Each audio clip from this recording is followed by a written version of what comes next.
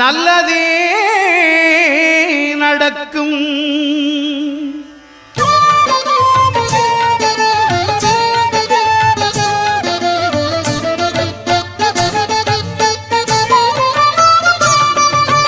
ஒன்பது கோளும் ஒன்றாய் காண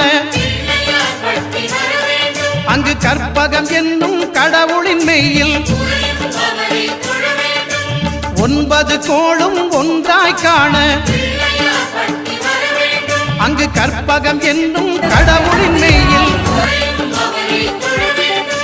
சூரியன் முதலாய் 9 கிரகமும் பலவித குணங்களை கொண்டிருக்கும். எங்கள் கற்பக தருவில் அவை வரும்போது ஒன்றாய் சேர்ந்து பலனளிக்கும்.